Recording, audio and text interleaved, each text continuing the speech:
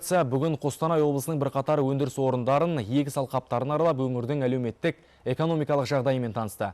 Әсіресе индустриалды инновациялық жобалардың қалай жүзеге асып жатқандығына ерекше назар аударды. Өңірдегі тілшіміз Мағауия Қалиев әңгімелейді. Астаналық мәртебелі меймандар алдымен Соколов-Сарыбай комбинатына ат басын бұруының өзінде бір сыр бар ма дедік.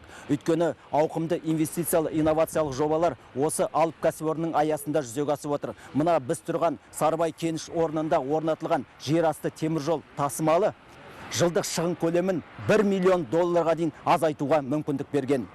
Соколов-Сарыбай комбинаты шикізат түрінде ғана емес, таза өнім шығаруға да ден қойып отыр. 2010 жылы басталған жоғары сапалы концентратты байыту кешені келер жылы тапсырылуы тиіс. Өндіріс орны толық қуатына көшкенде жылына 7 миллион тонна темір шығарады. ТЭЦ построили, терметаллургический завод. Жылу электр орталығы салынды, металлургиялық зауыт тұрғызылды. Былтыр 17 секцияны іске қосып, қосымша 1 миллион 200 мың тонна концентрат алдық. Дальше.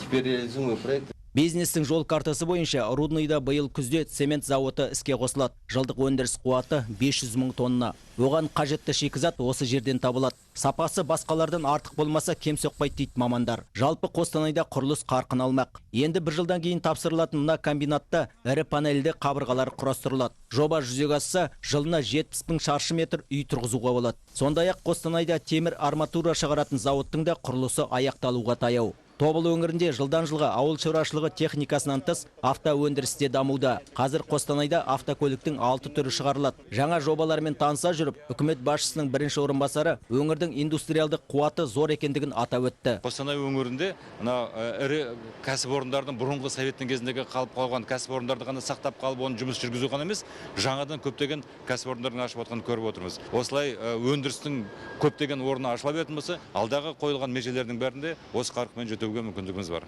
Сапарының соңында Бақытжан Сағынтаев егіс алқаптарын аралап, ауыл шаруашылық қызметкерлерімен кеңес өткізді. Мағауия Қалиев, Сергей Трахтенберг, хабар, Қостанай облысынан.